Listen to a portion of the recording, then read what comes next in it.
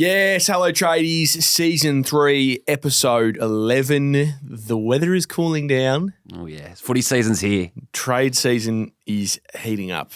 Welcome everyone, we're here for the new brewery at Melbourne Park at St Andrews, the only place to be before a game at the G this season. Welcome to my co-host Mitchell. Hello Sam. All you need to do when you go to the St Andrews Beach Brewery at Melbourne Park, punch in Rod Laver Arena into your maps and it is right next to the MCG. 4-minute walk, get the tram there. Have a couple of brews, and you might see Sam in the corner. Just off the top, you dropped a little yes as you opened the show. I realised last night as I went to my Foxtel recording of Footy Classified, you drop a yes off the top of Footy Class. No, I don't. But it's not as pronounced as what we get on Tradies. It's a little yes. No, I couldn't. No, that's not Yeah, right. that is right. Are you saying that the first thing I say at the start of a Footy Classified episode after is your yes? little pre-recorded opener thing? Yeah. Actually, we didn't get that last night. It's called a cold opener. It's the television term. We got a little montage last night. So keep an ear out for that. Just the difference in yeses you get and the variations from Sam. Can you do a bit of work on that, Scotty? Because I legitimately don't know. I think I've talked to you about this before. I basically wipe everything from my short-term memory as soon as the cook finishes at the end of the show. Yeah. And I stand up and start taking my mic off. I can't remember what's happened. Are you a...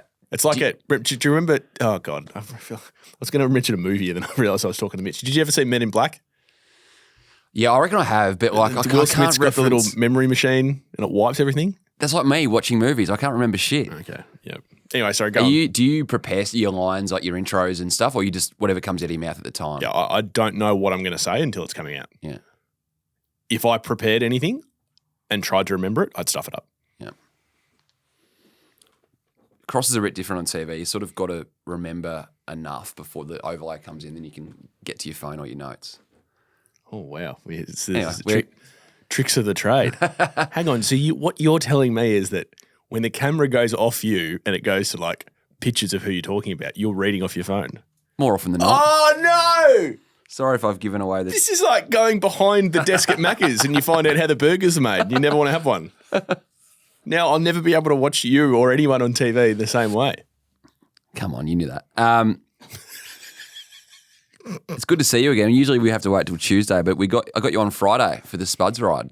Spuds ride, the tandem bike, very good fun. You and I doing an hour around the MCG. We raised a few $100. I saw on our link. Did you cop a bit of shit on 7 for that? They ran it a few times. I saw it 3 times over the weekend. So just to be clear here, pictures of me were run on 7 News. Yep. That's big, Scotty. Did you need approval or anything? That's big. Well, I wasn't rung. And I just spoke to the club this morning. $200,000 they raised for Spuds Ride. That is actually amazing. Over 200. That is, and so it goes to Danny Frawley Foundation. Yeah. That is so good. And the work that the club's doing in that space. Yeah. They did that. They did the whole game really well. That the pre-game with Chelsea. Talking about not reading off notes. And Tom Boyd's a freewheeled that. Unbelievable. I was in awe. Yeah. I was at the ground, and I was like, "How is he doing this?" Yeah. I thought he had like a little teleprompter way in the background. You know when you go to those functions and yeah, again, that ruins it for me.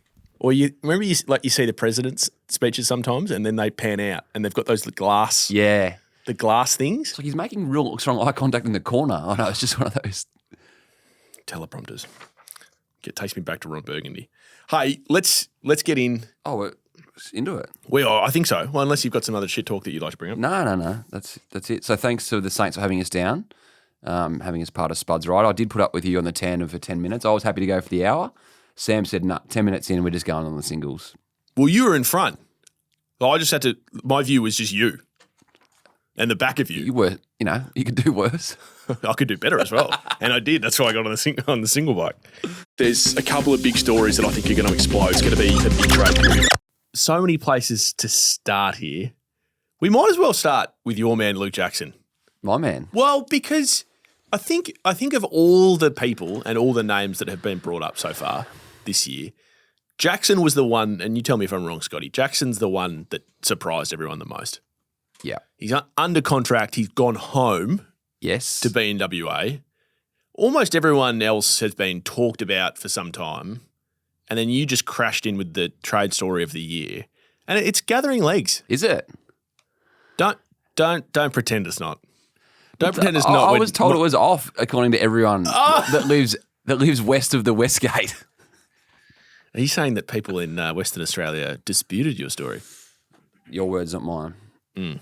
Well, it's actually interesting you say that, because the people that I speak to in WA, the week that you came out with that, very much confirmed it. Okay. I'm like, oh, yeah, no, he's looking around. Yep. Yep. Oh, well, yeah, he's got a good relationships at Melbourne. And, yep. Given what you've heard now, do you feel that if Cozzy requests a trade, that Luke Jackson is going to put his hand up the other way? Yeah, it seems like the natural progression. Yeah, I do. Yep. I still feel like, because there's so many moving parts with both clubs, with their coaches and potentially administration. Yeah. So Melbourne have just changed CEOs. I think Fremantle will change CEOs. So you think Simon Garlick, the Freo CEO, ends up at the AFL? I'd be shocked if he doesn't. Yep. Well, sorry. Let's put it another way. If Simon Garlick doesn't take the job at the AFL, it will be his decision, and I assume it will be family oriented. Mm-hmm. You know, he's got a child at year 12 next year. His wife Lou loves living in Cottesloe. I'd love to live in Cottesloe. Oh, I'd give my left arm to live in Cottesloe. Well, in fact, if I lived in Cottesloe, I'd probably lose my left arm given the amount of sharks that are down there. But anyway, I digress. So I think with all the potential change, and then, you know, who knows what happens with Longmuir, who knows what happens with Goodwin. Neither of them are in particularly good spots, win-loss, though Melbourne have been better recently. So that's why I think that these discussions may end up happening a little bit later than usual. Max Gawn was on Triple M yesterday, and the context was around Jesse Hogan, who kicked 7 goals in a match-winning performance for GWS, and he spoke about players who start on the East Coast, go back home to WA, and then sometimes find their way back to the East Coast. This is Max speaking, and a hint to maybe the Melbourne Footy Club having a big crack at Luke Jackson. WA is an unbelievable place to be when you're 18, 19. It feels like it's a great party. And these Perth boys go back at 22 and all their mates have sort of grown up a little bit. And then they go, like, there's so many people that have got to trade back to WA and then come back. Not mentioning one that potentially could be coming back soon. Let's hope. It's official. No, I'm only going off. That's what the agenda setters say. The agenda setters. Is he really tall? The agenda setters. I can't wait to see Luke Jackson running around in red and blue again. He came out in his press conference and said, "I will not come home." Oh, player said they weren't. He said he will not come home. Do you know the thing about Perth? It's a great city to visit. So we'll get the most important part away first. That is some of the best audio I have ever heard. Good to see Max admit what his favourite footy show is there too, the agenda setters. I can absolutely guarantee you that Max watches no footy shows and that he was saying that because Nick Rewalt was next to him. Right. Next. It's part of just Max's thinking now, isn't it? So he's very clever, Max. Very. He's very clever because he's one of the most loved people in the country, really, inside and outside of sport. He's Melbourne's best leader. He's arguably the best captain in the comp. He's been through a shitload. Yeah, and I'm talking about not only leadership wise, but like playing. Mm-hmm. His ability to, I mean, him and Dangerfield at their ages, it's just quite extraordinary. That was so cheeky, and yet we all love it. Yeah. Do you know what I mean? It's like gone are the days now. Like I'm trying to think on the run here of a more serious captain saying that in a non-joking way. So if that was, give me a straighter captain. Jack Steele. Yeah, if that was Jack Steele talking about Tom DeConey. Jai Simpkin. Yeah, talking about a contracted player at another club that, but it wasn't a joke. It was more serious. It was like, well, hopefully there's another player over in the West that wants to come join us. Everyone would be like, oh, you can't say that. That's unbelievable. What are you talking? He's a contracted player. But Max sort of like throws it in there. Like under the radar, everyone laughs. It's not a funny show. It's very, very clever. So, which we love. Luke has 4 years left on his deal after this at Freo. He's in the process of changing managers back to his original manager, Jason Dover, who's with TGI Sports. So there's a few moving parts in the background. The thing we saw on the weekend, though, Sean Darcy subbed out with another left knee injury. It's the same knee that he had surgery on at the start of last year and the end of last year. I just wonder whether the Darcy aspect, let's say Darcy was flying and Freo were we were talking about Sean Darcy in the All-Australian conversation. I think it would be a much easier scenario for Freo to let a player like Luke Jackson go. Yeah, I'm not sure it's going to change a whole lot in Luke's mind. Maybe not. Sounds like he's... But Freo, he's under contract at Freo. Yeah, they hold the whip hand. Yeah. So what does it do for Pickett? Well, yeah. If Pickett is worth 2.5 first rounders, you might need to let something go. Freo will be hoping it won't be Luke Jackson, but a lot of the year to play out. James Worpel. Yes, plays for Hawthorn currently. Yes. You've said on this show a number of times that you think it's a done deal that he will be a Geelong footballer in 2026 and beyond. Okay. Back page of the Herald Sun today. Haven't read it.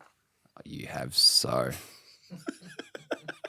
You know when you can tell Scotty that someone's lying? My poker face is usually pretty good. Oh, okay, I've read it. Page 56, Herald Sun. New deal looms, warp speed ahead, Hawks confident star will turn down rivals.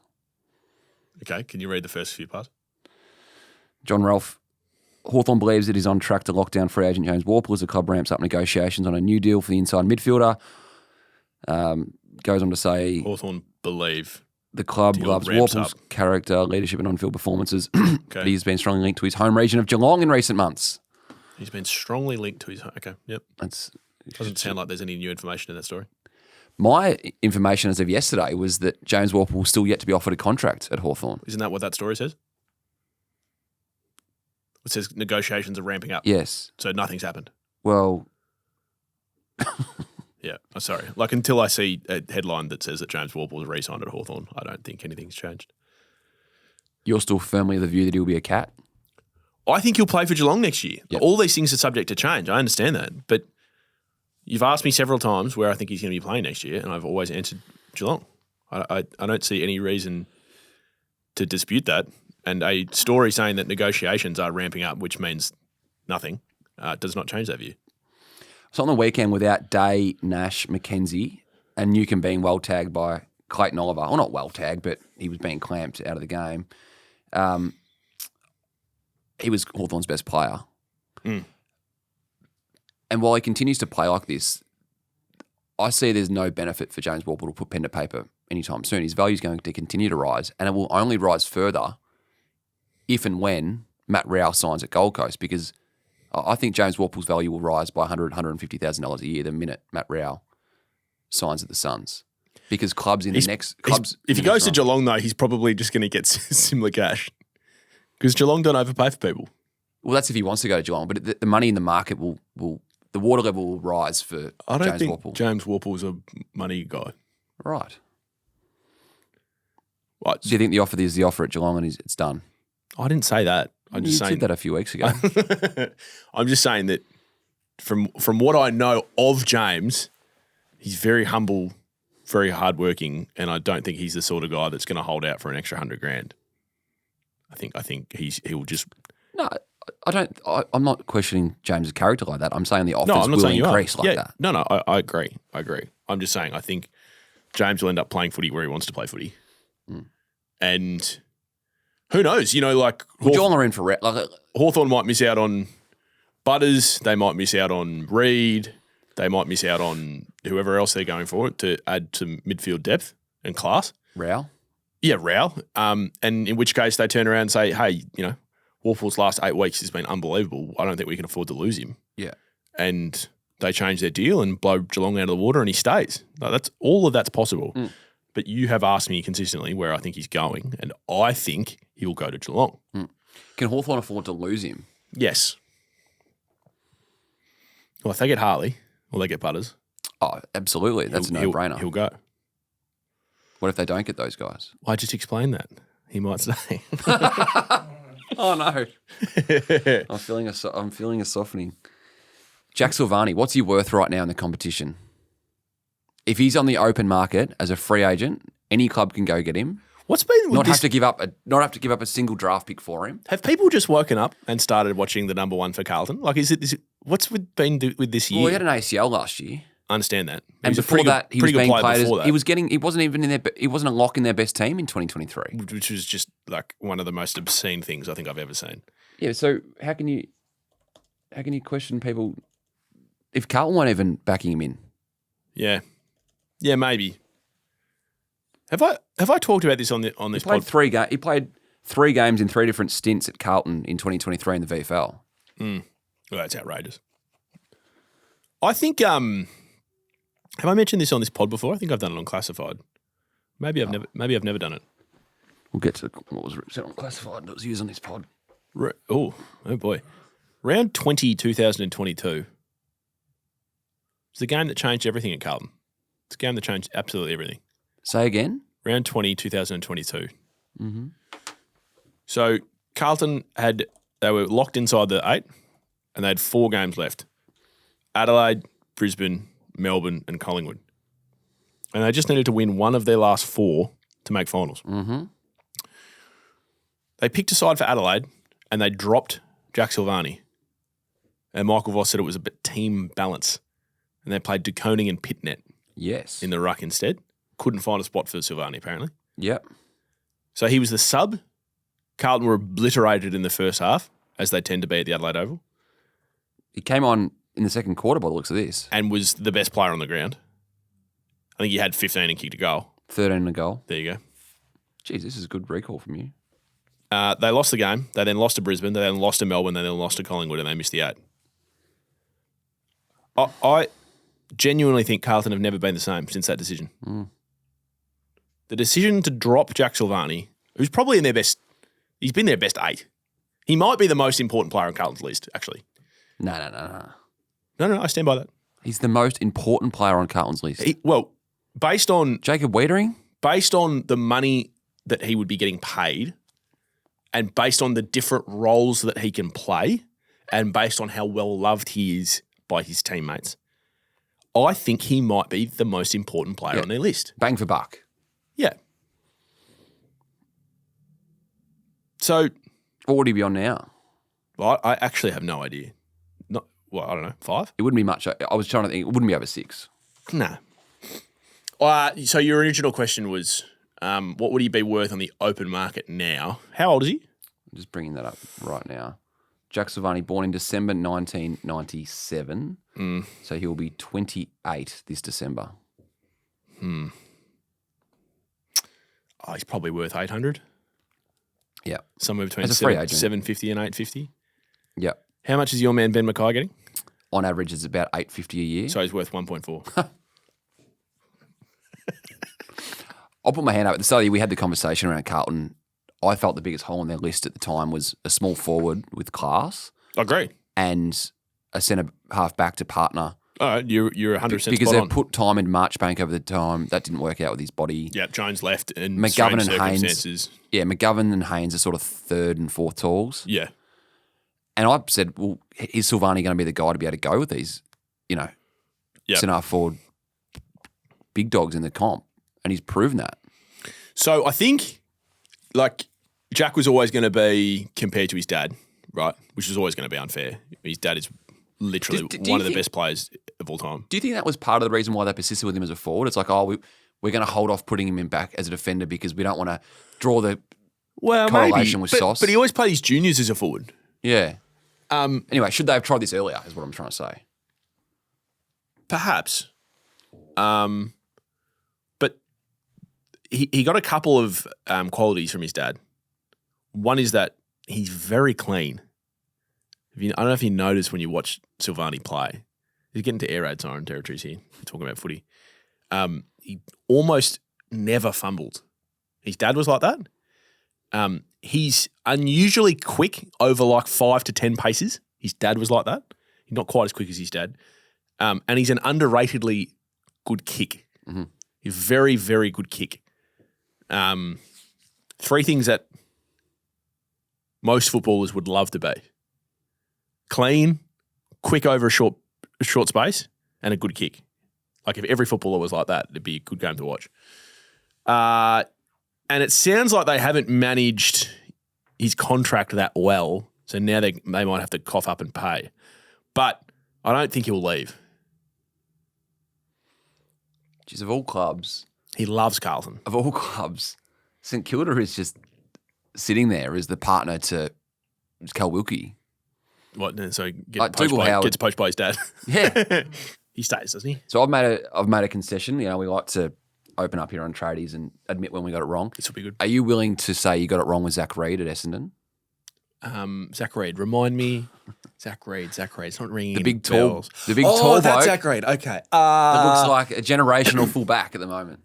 Just say that. Sorry. Hang on. Just say that one more time. The tall guy in the black jumper with the red sash. That looks like a generational player at Essendon.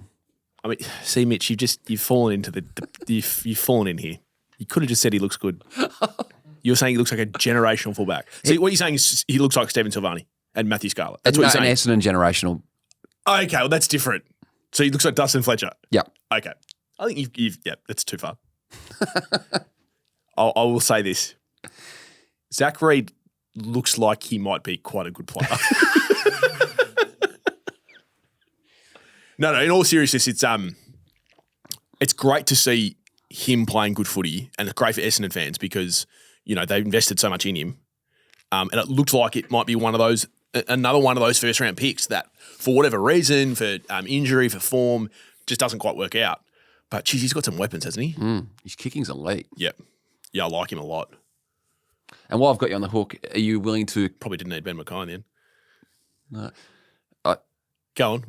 Am I willing to what? Mackay, Ridley, Reid, still... I know you've been bashing at that line for months. I'm getting on to another one that I'll be bashing at. Are you finally willing to concede that Jesse Hogan's an A-grader? Did I not have him in? Poor Scotty's been down the highway, watched his beloved Cats get ragdolled by Jesse. He's kicked 7 and you still don't have him as an A-grader. Well, hang on. I haven't redone the list yet. Oh, okay. Are we going to do this at the midway point of the year? Yeah, we'll do it during one of the bye rounds. We've got nothing to talk about. Look, thank you for all your feedback about the A-graders This list. sounds like a spin. Thank you for all your feedback. It's been a great exercise. And, as it happens with anything in life, you invariably you'll make a mistake. Jesse Hogan, it would seem to me, was overlooked in the A-graders list. Wow. Wait, is there anything else we can go at him on? You feel like you're in an opening up 5-minute phase here. As always, I have always been willing to put up my hand and say when I got things wrong. All right. Well, I get things wrong all the time. While we're on a roll, are we going there? Harley Reid was on Channel 9's you bastard. New footy show last night. Players is what it's called. He was Players. He was asked to rank. So they gave him 5 cue cards. Okay. Blind ranking them, not knowing what was coming. And the last cue card they gave him was a photo of your head, and this is what happened. Oh, I've got this one. He deserves. Is there a 6? Let's go. Very good. Any questions, or are you just trying to embarrass me? Or No, you keep telling me your mates. Every time you're at the races, there's been 4 photos of you with Harley. I do not keep telling anyone. Take that back, that we're mates. You know that's wrong. Harley and I have a good relationship. He's a big Tradies fan. And we get on well. And I thought he was excellent on players. And I look. Did you get any insight into where he's going to be playing his footy? To watching him play for a big Victorian club. In 2026 or 2027? Whenever he chooses. One more before we get to Oscar Allen. Oh, God, I'm excited about Oscar Allen. Sam Frost. So he, last year, was contracted at Hawthorn. There's a few clubs that sort of knocked on his door. St Kilda and Sydney. St Kilda and Sydney were the 2 clubs reported that had a look at Sam Frost, knowing that Barrass and Battle were coming in. On the weekend, no Barrass in that back line, and Scrimshaw was still out as well. And Sam Frost still couldn't get a game. Did he make the wrong call to stay at Hawthorn last year? Probably.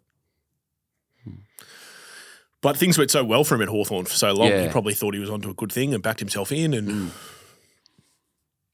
it's weird. I did think that was strange. In fact, I meant to text research assistant Dan as to why Frost wasn't playing, but I forgot. I'll make some phone calls. Let's make sure he played in the VFL. I haven't got that. He's not injured, is he? Speaking of Hawthorn injuries, is the captain okay? What are you telling me? His kicking's been down the last few weeks. What muscles do you use when you kick? Groin? Yeah, no, groin's a big one. Yeah. Sore groin? No, I don't know. For any budding... Sam Frost played VFL. For any budding journos out there, if there's any journos in Darwin listening and you get an interview with James Sicily, can you just ask him about his groins? You would never believe who's going to Darwin actually this week. You. Wow. Are you going to interview James Sicily? I tried to interview him. Can you please ask him if he has a sore groin? I tried to interview him. And when he says no, ask again. Could he be rested for this game? Against Gold Coast? 5-day break. You can't rest him against the best team in the comp. Oh, gee. That's hit me. Best team in the comp. What? You didn't watch the Q Clash? Well, they wasted some opportunities in Q Clash. They become a 15% better team in Darwin. They do. Oh, it reminds me of the home ground advantage stuff for the air raid siren. Oh. Long run coming off it. I don't know why I reversed coming off the long run, but I did.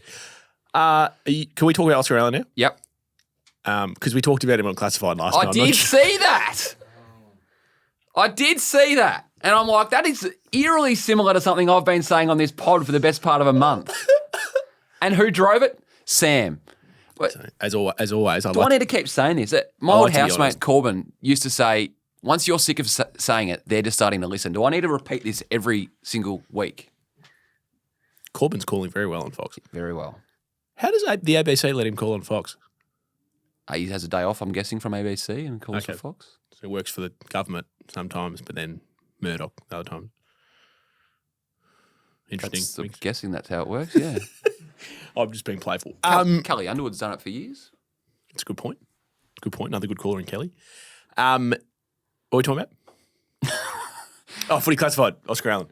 So, am I having a dream here? Is this what I'd just like to put my hand up and say that I, Sam McClure, absolutely stole content last night and repurposed it as my own. We expanded on Mitch's point, which was that the AFL are basically going to use Allen as a mechanism to help West Coast rebuild. Which is so poor if he ends up that way. So, remind our listeners, Mitchell, if he ends up at, say, Brisbane or ends up at, say, Hawthorn, and it's a 5 or 6 year deal, which you'd expect, what he'd have to be getting over 900?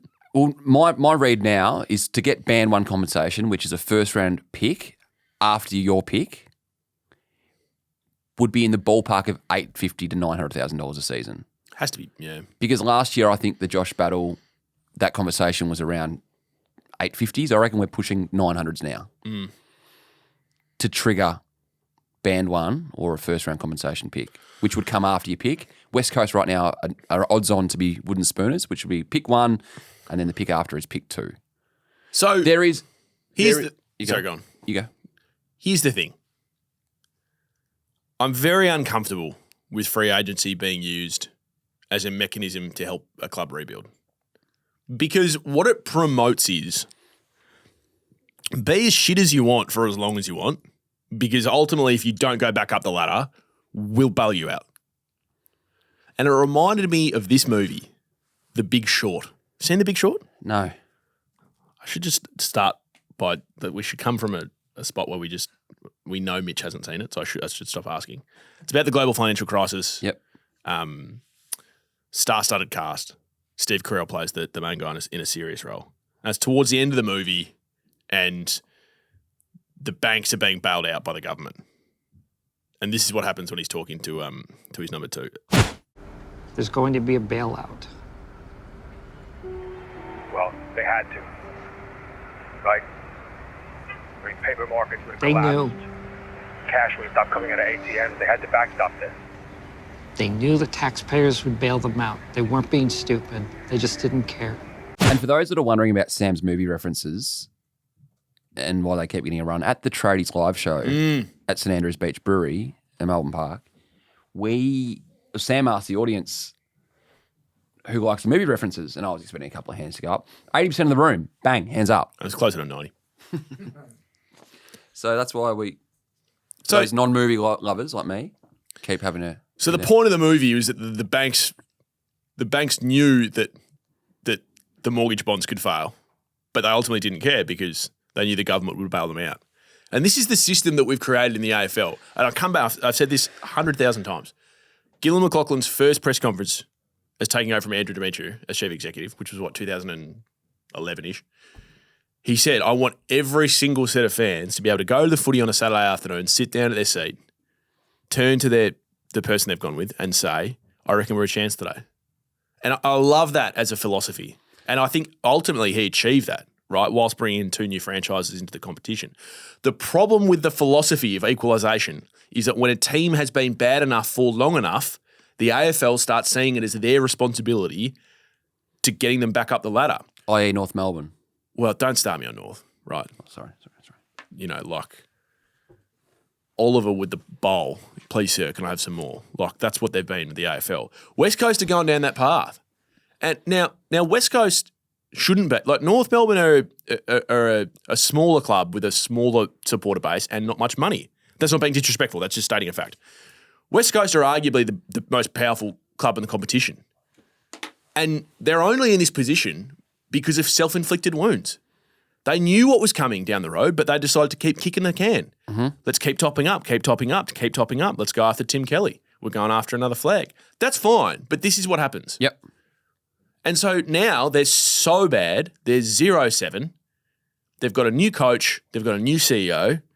And they're sitting there looking at the AFL being like, oh, now our captain might leave because we're so bad. Let's hope it's pick 2. Isn't free agency weighted to the good clubs in a way, though? Because players want to leave shit clubs and go to good clubs. So the poor clubs need to be compensated in some way. And that's why the system is what it is. But how many of the poor clubs has it helped? Quite a few. Give me an example. Well, North Melbourne, like Ben Mackay on the open market is not worth a pick 3, but they got pick 3. Well, it's helped North. They look good.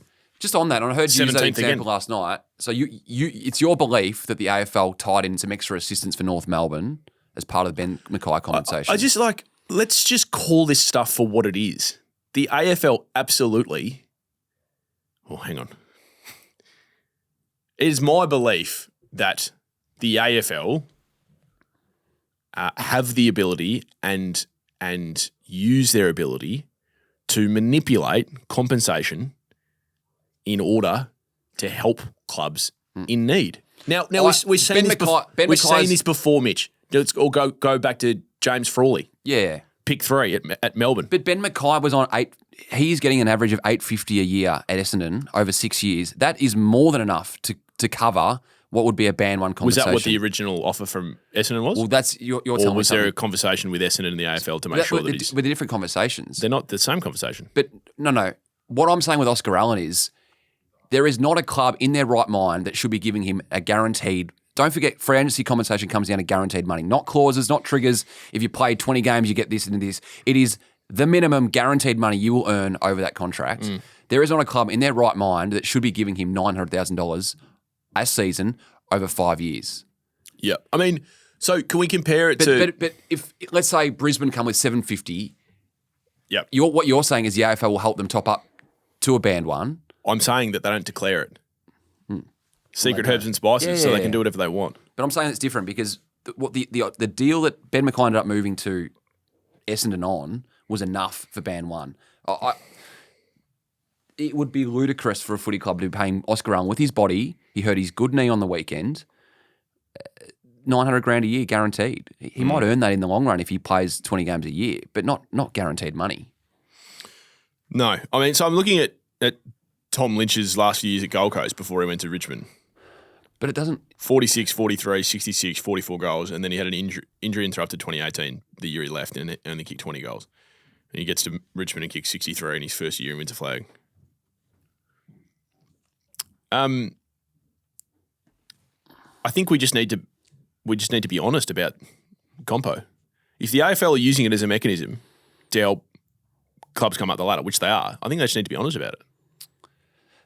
They just need to be clear that there's 2 separate things. There's free agency compensation and there's priority picks, that you can't bundle them together. But they are though, Mitch. That's exactly what they did that with Mackay. They didn't. What I'm saying is the deal that Mackay got was enough for band 1 regardless. But North Melbourne wanted to know what the compo was going to be before they decided. But that's the right you have as a club with a restricted free agent. You know the deal that's coming back from the other club. So when Essendon lodged the offer for Mackay... Yeah, but they wanted to know before it, but like months before. Yeah. I think the whole situation was concocted and confected, and I'm not comfortable with it.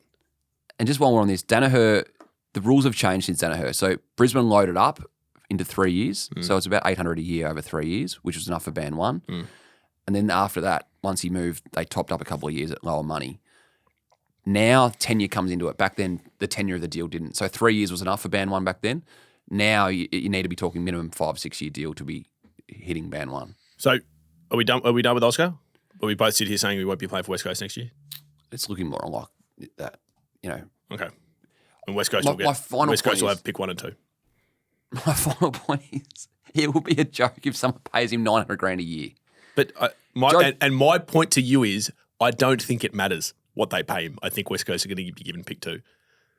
And my point on the back of that is it's separate to Mackay because Mackay, the deal that he ended up getting from Essendon was enough. Forget the priority stuff. You can't look me in the eye and say that Brisbane's going to offer him $900,000 a year, can you? No, I can't do that. I couldn't look you in the eye and say that. Sorry, I get all worked up about this.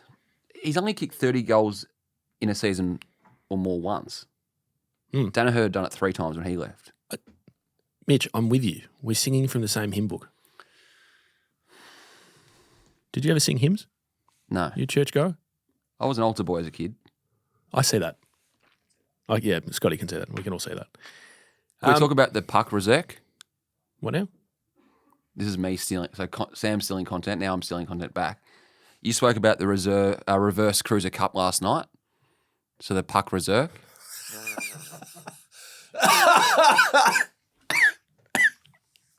That's great. For those that aren't playing along, it's Cruiser Cup spelt backwards. Yep. So unlike Carlton and Richmond back then when the loser got Matt Cruiser, this year it's a different set of circumstances because Richmond play North Melbourne this week and Richmond owns North Melbourne's first rounder. And why did North trade their first pick? For Jack Whitlock. Yeah, but what was the thought behind it? Because they were all in and we are... And they thought that? We are a club for the now. Yeah, they thought they'd be better. Yeah. It's round 9, they're 17th. Yeah. Yep. So essentially, Richmond has their first rounder and they also own North Melbourne's first rounder. So Richmond winning this week will be a benefit because it'll keep North Melbourne in second last spot on the ladder. It's anti-tanking.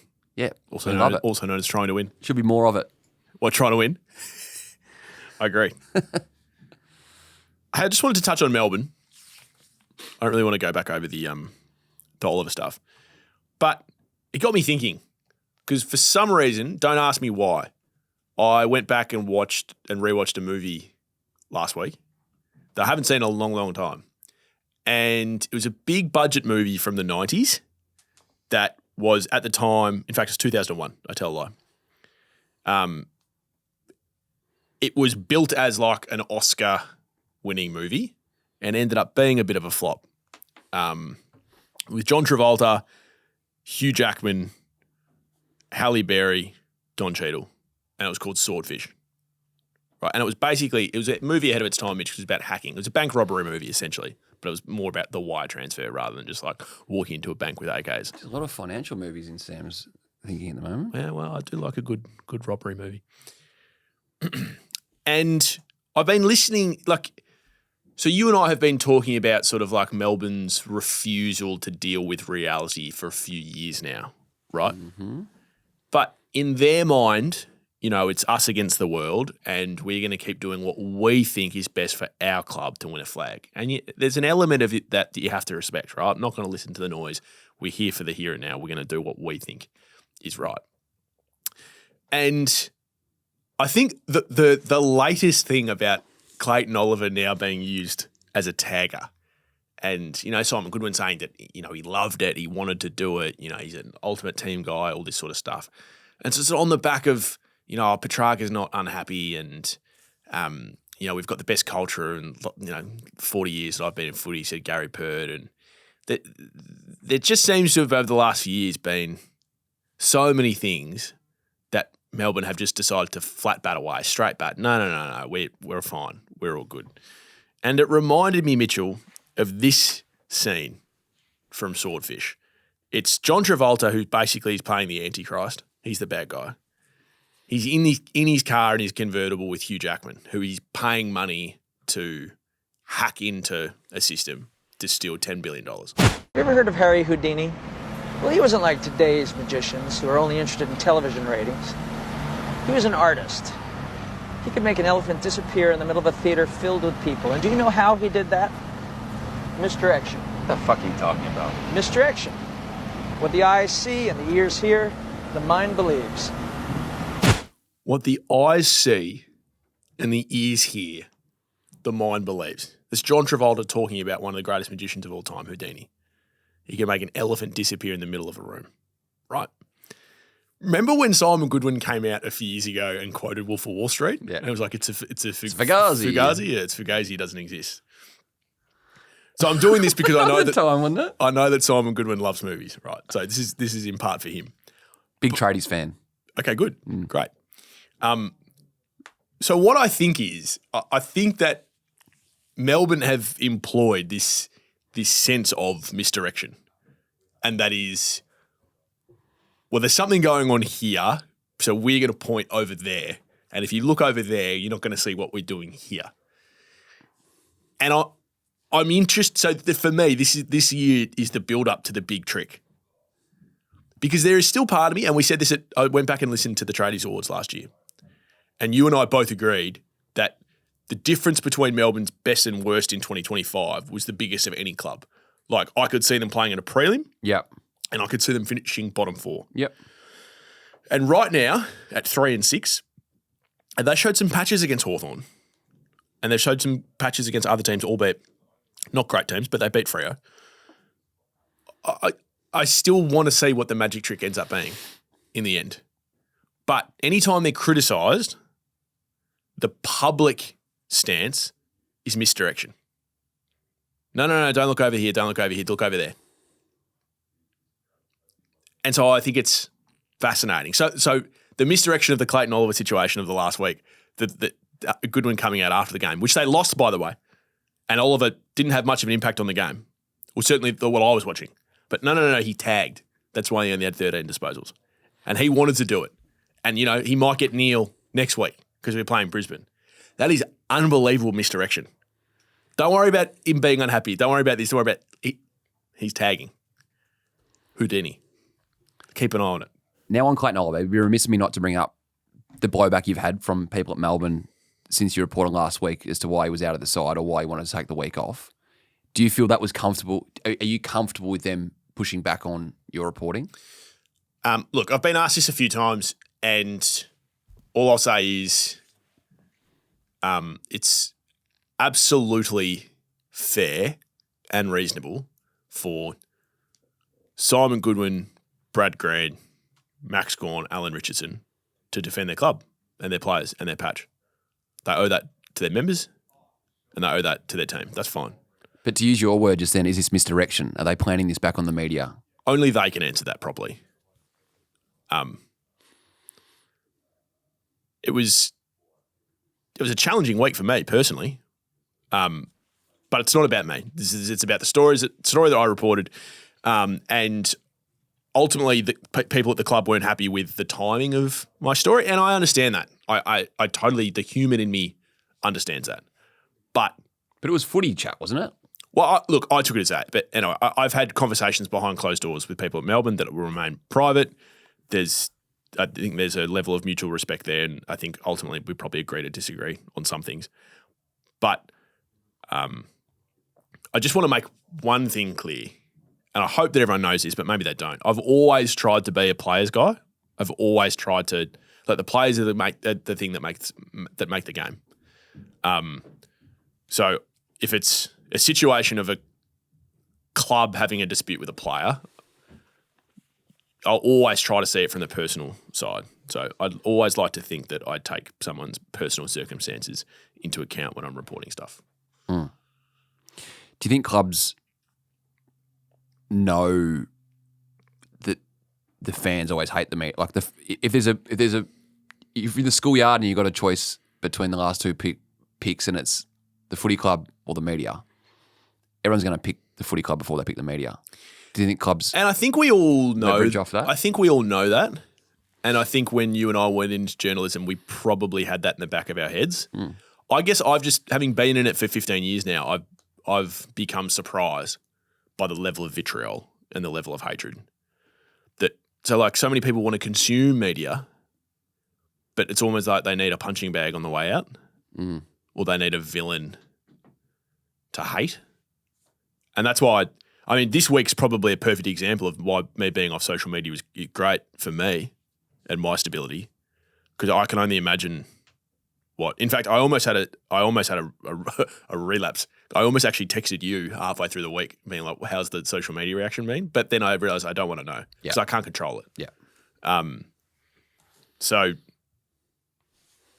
anyway, I just thought somehow get Swordfish in there. I don't know how many of our tradies listeners would have seen Swordfish. Scotty, Swordfish? No, that's a niche one. Yeah. You actually can't find it on any of the streaming platforms. I had to rent it on... Went down to Blockbuster. I think I had to rent it on...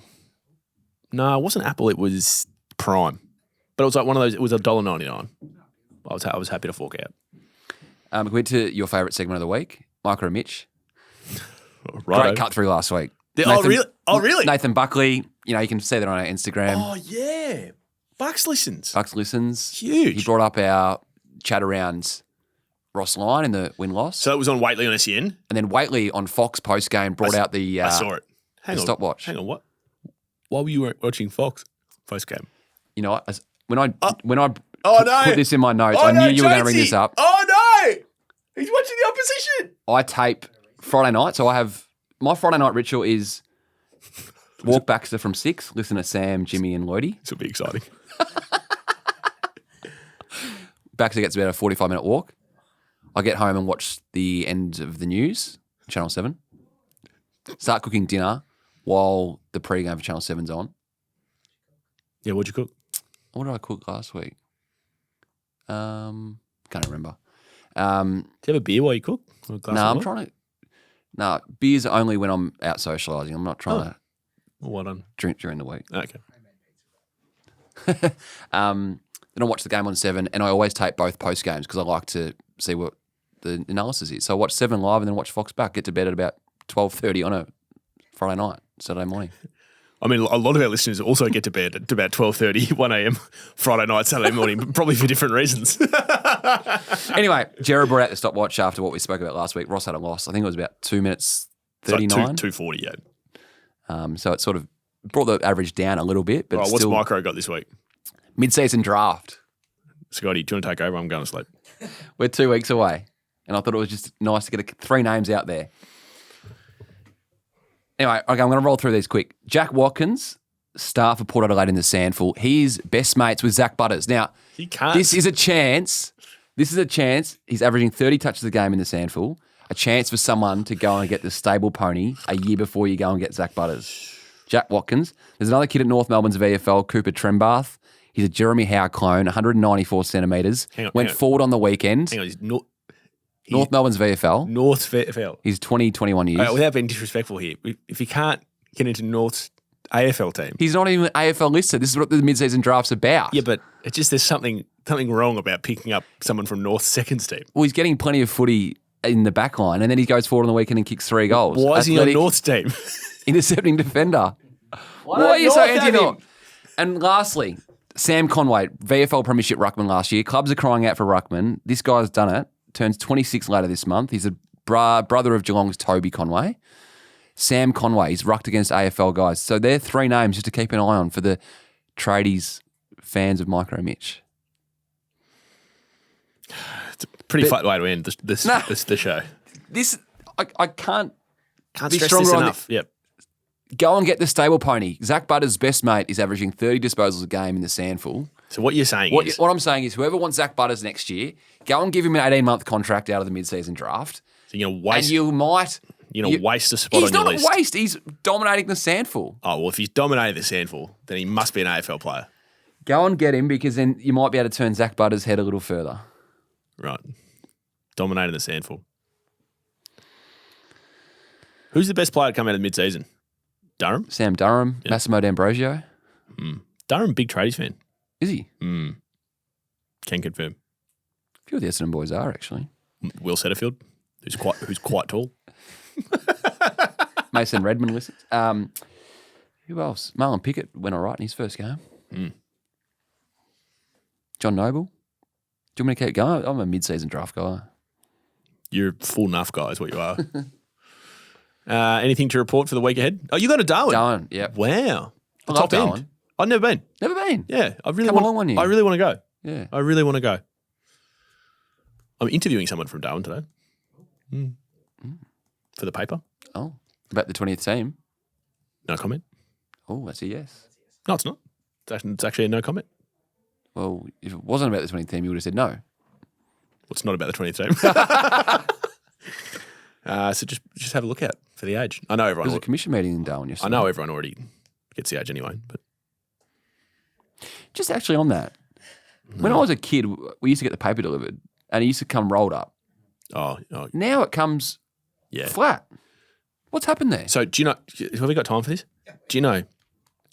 You used to have to get the Glad wrap stuff and unwrap it, and then your paper would be all creased. Yeah. So one of my earliest memories as a child is in the mornings, Dad coming through the front door with the papers rolled up, and the way that he used to, because he was so methodical, the way that he used to iron the papers out. So it'd be he'd unwrap it, and it'd be perfectly unwrapped, and then he'd fold it back in, big crease, and then fold it the other way, big crease, and and then he'd be ready, and then he'd go and make his coffee, and the papers would be nicely folded out. And so if I ever got up first in the morning, I would go and do that. And if he ever came down and it was already done, it'd be a good start to the morning for Dad. It'd be a good start if I've already pre-folded the papers. You're a good son. But now, so on that, I've had this argument before. Can I just get a quick... So am I right? They come flat now? They come flat, yeah. Can I get a quick vote here? And we might have to get Scotty involved. At what time of the day is it acceptable to take someone's paper from outside the front of their house? So I feel like, because people go away, right, and they don't cancel the papers, and so they stay out. I feel like if it's PM, it's the paper is up for grabs. The first number that came to my mind was 3 p.m. It's too late, isn't it? Yeah, midday's the correct answer. You've got to be a yellow footy time slot by the time you're taking the footy. The yellow foot. When do they use a red footy anymore? Anything before 3 p.m. That's why I reference. Yeah. Anything before 3 p.m. That's why you get a red footy in the grand final, 2:30 bounce. But a 3:20 game, I'm pretty sure it's yellow. So basically, all of Seven's footy is yellow footy. Yep. When people are watching the footy, yeah. So prime time footy, yeah. Not on Saturdays. No, because just to be clear, this will be good. The same amount of free-to-air games in 2025 as there were in 2024. Yeah, more people get a chance to watch it because they're in better slots. You can wrap it up any way you want. You don't have footy on Saturdays. So hang on, wasn't everyone crying out last year for more Thursday nights? Yeah, absolutely. And they're getting that every week this year. Thursday night footy's great. Last year they only got 15 of them. But Saturday's when all the footy's on and you don't have any. Did you see the ratings last year on Saturday compared to the rest of the year? Yeah, I did. Yeah, cool. No, you'd answer your own question. Okay. Yep. But you're happy with not having footy on Saturdays when absolutely. When all the footy's on. People get the same amount of footy. Yeah. So the last 6 games of the round that's just gone had a combined margin of 29 points. It was the closest round in 55 years. Next week it could be 229. But Seven had one of those 6 games. Yeah, it was a ripper, Geelong Giants. But the other 5 were no good. They were all pretty good, yeah. So they were all exclusively on Fox. What would you have said last week if I said North Brisbane? Do you know? Oh, yeah. I think I called it the no interest, no joy game. It was the best game of the year. Yeah. Do you know what the funniest thing about this conversation is? Do you know how many games Nine have? 0. Has crossed my mind when people from Nine have been talking about it. It's very easy from the outside throwing stones. Geez, Thursday night will be good this week. And you know what? What's Thursday night? Gold Coast Hawthorn, top 4 blockbuster. Yeah. Yeah, great. And then Friday night, another rip snorter between 13th and 11th. Sydney and Carlton. Jesus, that's a pretty intriguing game. Is it? Is it really an intriguing game? I would say to you it's probably an awful game. Both teams have been awful this year. The storyline's going to be huge. The loser out of that. Okay. Yeah, we agree to disagree. Hey, love 7 and love Fox and love 9 and love Tradies. We'll see you next week.